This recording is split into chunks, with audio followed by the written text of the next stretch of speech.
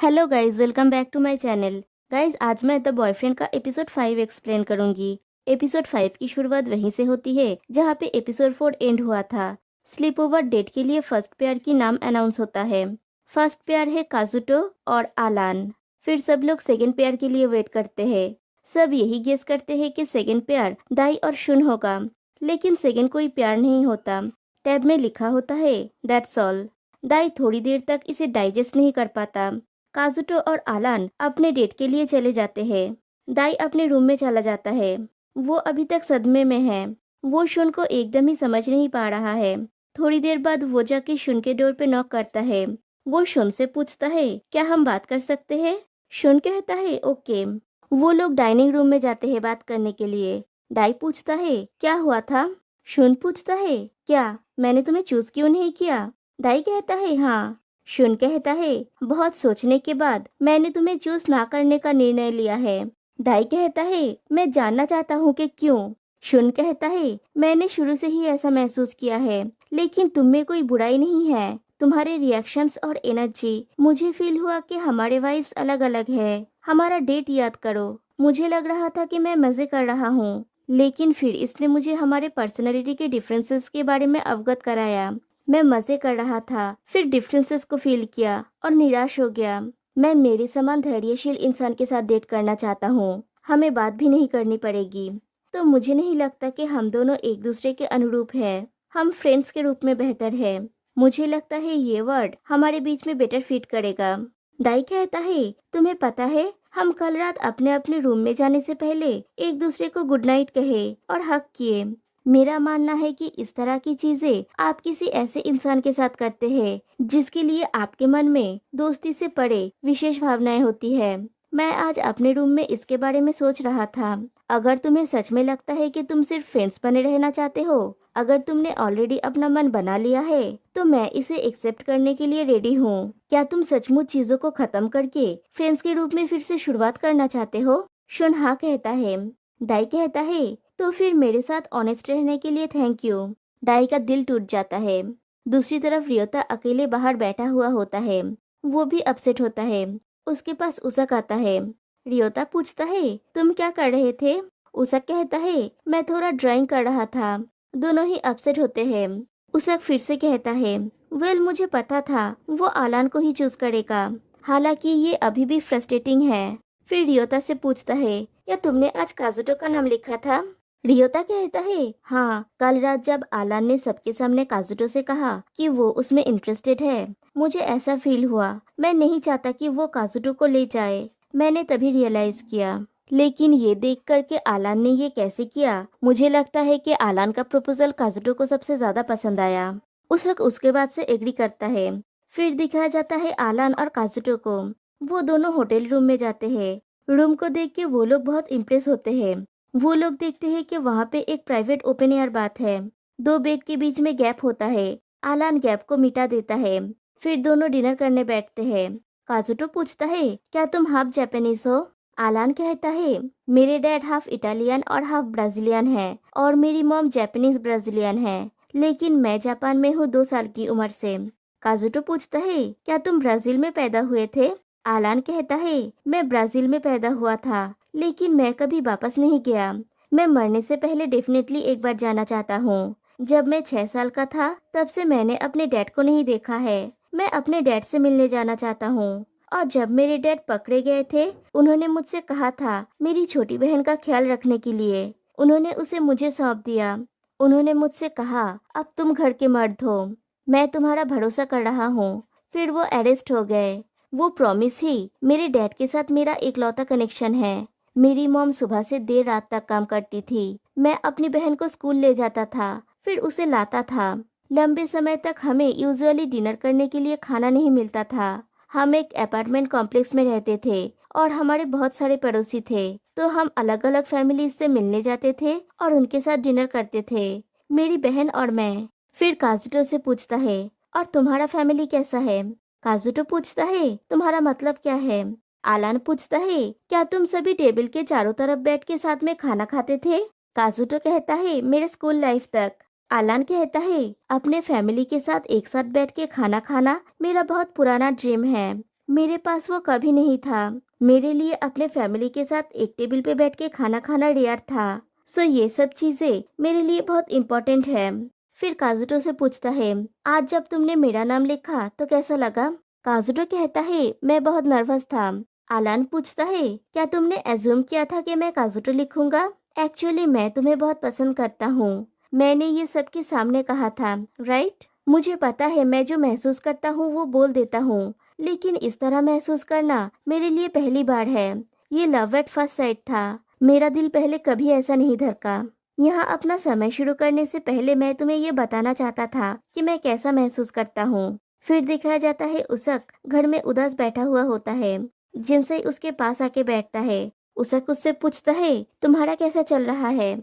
जिनसे कहता है, तुम बुद्धा स्टैचू की तरह दिख रहे हो। उसक कहता है, बुद्धा होना बहुत कंफर्टेबल है। जिनसे कहता है, कॉफी ट्रक कल ओपन होगा।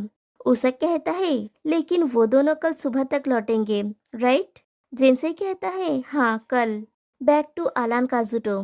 काजुटो कहता है, मैंने आज तुम्हारा नाम लिखा क्योंकि मुझे लगता है कि तुम एक विचारशील व्यक्ति हो। फॉर एग्जाम्पल, जब हम डिनर कर रहे थे, तुम साइलेंस को तोड़ने के लिए बात कर रहे थे। तुम बहुत चीयरफुल और फनी हो, लेकिन मुझे लगता है तुम्हारा ब्राइटनेस एग्जिस्टिंग डार्कनेस को छुपाने के लिए काम करता है। मैं तुम्हारे इस पार्ट से आकर्षित हुआ।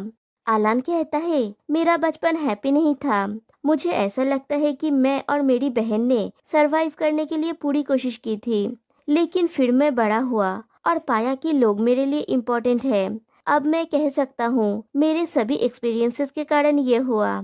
अगर कोई मुझसे पूछे कि क्या मैं बचपन के उसी अनुभव से दोबारा गुजरना चाहूँगा, तो मैं कहूँगा मैं ऐसा करूँगा।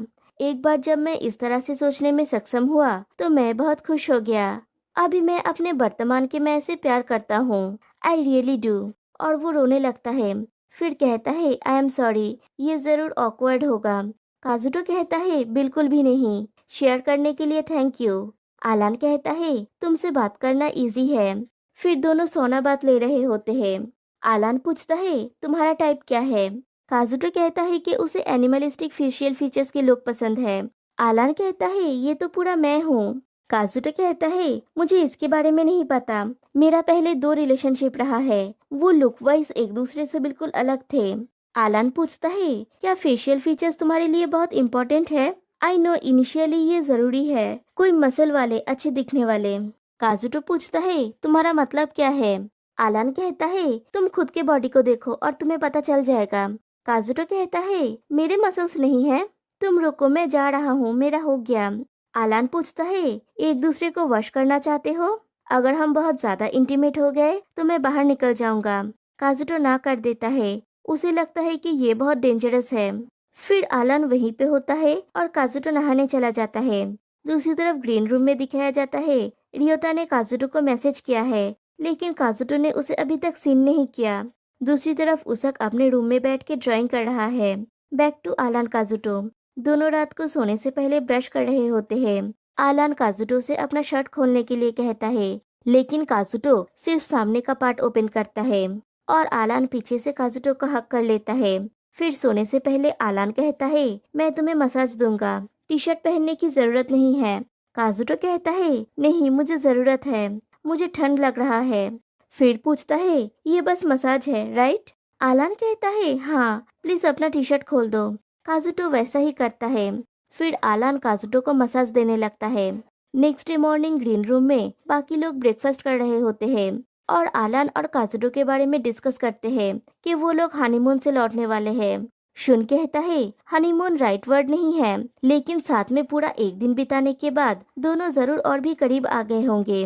हो सकता है कि वो एक बड़ी मुस्कुराहट के साथ वापस आ रहे हैं और तभी सच में वो लोग लौटते हैं। दोनों ने मैचिंग आउटफिट्स पहने हैं। सब लोग उनको वेलकम करते हैं। वो लोग बाकियों के साथ ब्रेकफास्ट में ज्वाइन करते हैं। जिनसे कहता है, तुम दोनों ने मजे किया? आलान कहता है, हम लोग बहुत नहाए। शुन पूछता है, कल रात नींद नहीं आई है ना? आलान काजुटो से पूछता है, मसाज के तुरंत बाद हम सो गए है ना? फिर आलान सबसे बाकी सब बातें भी शेयर करता है। फिर उसक और आलान अकेले में होते हैं। उसक पूछता है, क्या तुमने डिसाइड कर लिया है कि काजुटो ही वो है? आलान कहता है, मैं उसे और भी जानना चाहता हूँ। और तुम्हारा क्या?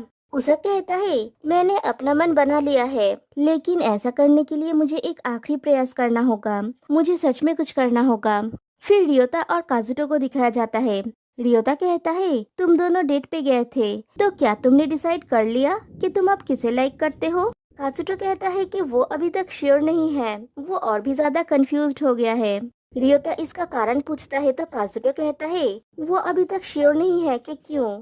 पिछले दिन के एक्सपीरियंस से उसे लगता है कि आलान फिजिकली बहुत दृढ़ है और वो और आलान एक जैसे नहीं है। उसे इसका रीजन नहीं पता, इसलिए उसका फीलिंग्स मिक्स्ड अप है। उसे काम डाउन होने की जरूरत है। रियोता पूछता है तुम शांत नहीं हो? काजुटो कहता है मैं पिछले कुछ दिनों से शांत महसूस नहीं कर रहा हूँ। मैं जल्दबाजी नहीं करना चाहता, लेकिन हमारा टाइम लिमिटेड है। शायद मुझे ये नहीं कहना चाहिए, लेकिन इस तरह से बात करने के बजाय अगर हम सबके आसपास होते ही बात कर सके तो मेरे लिए ये आसान हो जाएगा। फिर सब लोग साथ में बैठे हुए होते हैं और टैब में मैसेज आता है प्लीज डिस्कस करके ये डिसाइड करे कि आज का शिफ्ट कौन टेक ओवर करेगा। उषा कहता है कि वो आज का शिफ्ट इंचार्ज बनेगा और वो काजुटो को चूज करता है पार्टनर के रूप में। फिर दोनों कॉफी ट्रक लेके निकल पड़ते हैं। रास्ते में उसक पूछता है क्या तुम आज कॉफी ट्रक पर काम करने के लिए मेंटली प्रिपेयर्ड हो? काजुटो कहता है नहीं, मैं सच में नहीं हूँ। उसक कहता है मुझे लगा कि ट्रक ही तुम्हारे साथ बात करने का एकमात्र मौका है। काजुटो कहता है राइट। फिर अपने डेस्टिनेशन पे पहुँच के दोनों साथ में काम करते हैं। आज का उनका इनकम है 10,700 येन। फिर दोनों सी बीच में टहलते हुए बात करते हैं। काजुटो पूछता है तुम्हें नंगे पाँव चलने की इच्छा हो रही है ना? उसक कहता है हाँ, शू पहन के चलना थोड़ा। फिर दोनों एक जगह पे बैठते हैं। उसक कहता है मैसेज लिखने से पहले मैं तुमसे बात करना चाहता हूँ। ये असंगत हो सकता है, लेकिन अगर तुम इसे सुन सको तो। मैं नहीं चाहता कि तुम्हें ऐसा महसूस हो कि तुम्हें जवाब देना ही होगा। जब मैं ग्रीन रूम में आया था तुम पहले इंसान थे जिसने मुझ पर प्रभाव डाला। तुम हार्ड वर्कर हो और तुम्हारा कुकिंग डिलीशियस और अमेजिंग है। जब तुमने मुझसे बात करने का प्रयास किया तब मुझे पता चला कि तुम एक काइंड पर्सन हो। मुझे लगता है कि तुम्हारे ऐसे बहुत सारे वंडरफुल साइड्स हैं और ग्रीन रूम में सबके पास अभी भी आधा टाइम बचा है, लेकिन मेरे लिए आज लास्ट डे है। मैं ग्रीन रूम छोड़ रहा हूँ। ये सुन के काजुटो शॉक्ड हो जाता है। उसक फिर से कहता है मैं यहाँ आया था क्योंकि मैं जो महसूस करता हूँ उसे स्पष्ट रूप से जानने में सक्षम होना चाहता था। इसलिए मैं सच में आज ये करना चाहता था, इसलिए मैंने तुम्हें बाहर इनवाइट किया। मैं तुम्हें ये बताना चाहता था मुझे यहाँ पे ऐसा कोई मिला जिसे मैं लाइक करता हूँ और जिसके सामने मैं अपने फीलिंग्स को एक्सप्रेस करने में सफल हो पाया। अभी मैं सेटिस्फाइड हूँ। मुझे यही बोलना था। मैं मैसेज लिखने जा रहा हूँ, तुम जाओ, मैं आता हूँ। उसकी बात सुन के काजुटो वहाँ से चला जाता है। फिर उसक नोटबुक में अपना मैसेज लिखता है और वो भी चला जाता है। फिर दोनों ग्रीन रूम में लौटते हैं। एज यूजुअल सब लोग उनको वेलकम करते हैं।